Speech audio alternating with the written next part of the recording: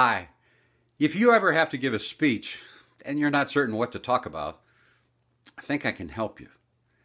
I'm John Gross, and I was a TV sports and feature reporter in Detroit for 12 years.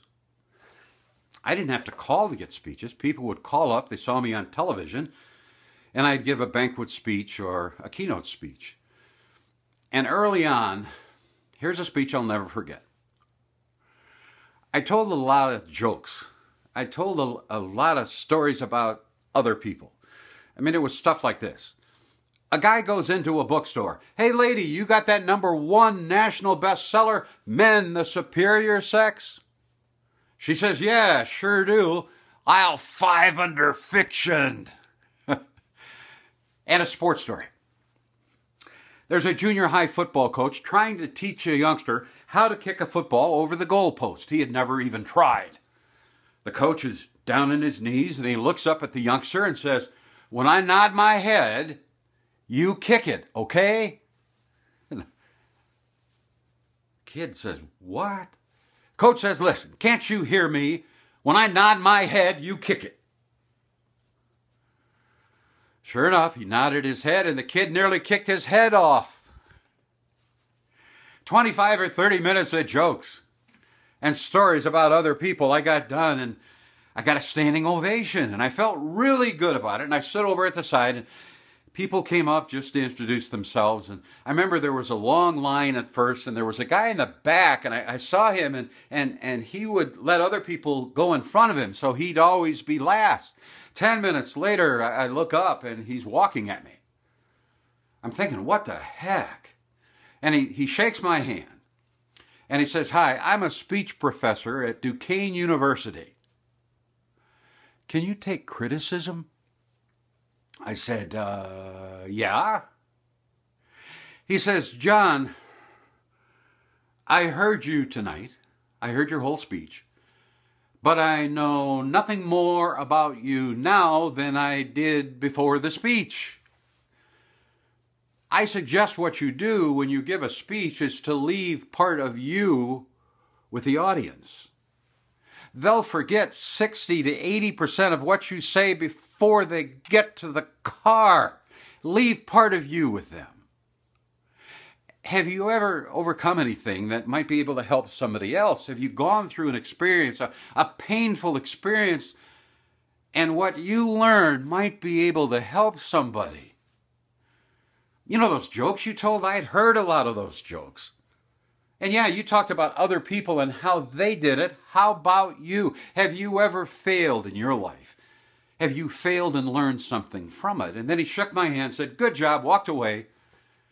And I remember driving home, I started to think, he's right. And I said to myself, I promised to myself, I'm never going to give another speech without leaving part of me with the audience. Here's what I've learned. When I started out, I'd always go someplace else to get material. I'd go to a library or go online and try to find a funny joke. And then I realized it's not so much about putting more stuff into us. It's about taking off the stuff that isn't us and allowing the real us to come forward. An example for you. Easter's coming up. Are you going to be with your mom and dad? All your relatives, brothers and sisters? I would trade 1,000,000 tomorrows for just one more day with mom and dad and the relatives. That's what I'm going to remember most on Easter. The last time I talked to my mom, I was at Tiger Stadium. You could hear the crowd in the background. And when I talked to my mom, I had never heard her so happy. Oh, what a great phone call. Then a couple days later, I got a phone call from my sister, and she says, Mom's passed away. And I went back to Cedar Falls, Iowa, and they asked me to speak at the funeral, and I talked about what my mom meant to me. And at the end, I said this verse. Those we love remain with us, for love itself lives on, and cherished memories can never fade just because a loved one's gone. Those we love can never be more than a thought apart. For as long as there is memory, they live on in the heart. The beauty of a story like that is that it's mine. You don't have to spend hours trying to find new stuff. What's happened to you? Because what comes from your heart touches your heart. And when you talk about stories you're so familiar with because you live them, it's not going to be hard. You don't need any notes sometimes. You just look in the mirror and practice it. But if it came from your heart and it can help somebody, use that, not something from somebody else. And let me leave you with this. It's the most embarrassing moment of my speaking career. I was talking to a large group of women that were all in Weight Watchers. And I got great response. I mean, every time I asked for a volunteer, a hand would go up. And they laughed. And they laughed. And we had fun. And I got done. And they clapped really loud.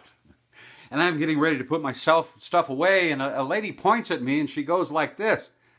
And I'm thinking my tie was down or something. She says, no. I said, oh my.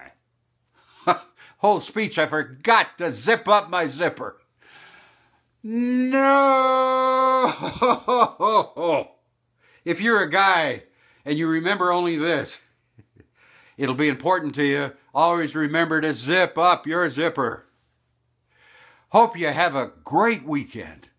And thanks for watching. I'm John Gross.